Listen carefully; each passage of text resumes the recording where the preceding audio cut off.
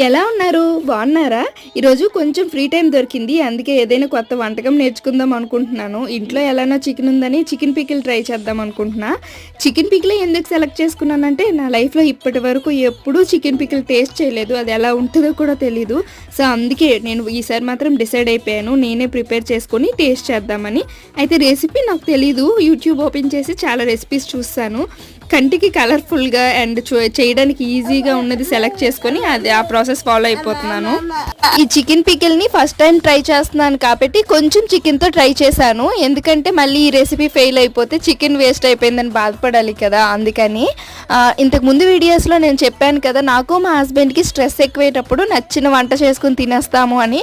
అలాగే ఎప్పుడైనా free time దొరికి పని పాట లేక ఏం చేయాలో తెలియనప్పుడు ఇలా కొత్త కొత్త వంటలు ట్రై చేస్తూ ఉంటాను. ఇంతకీ మీకు ఫ్రీ టైంలో ఏం చేస్తారో కామెంట్ చేయండి. వీడియో నచ్చితే please like and subscribe. Thank you so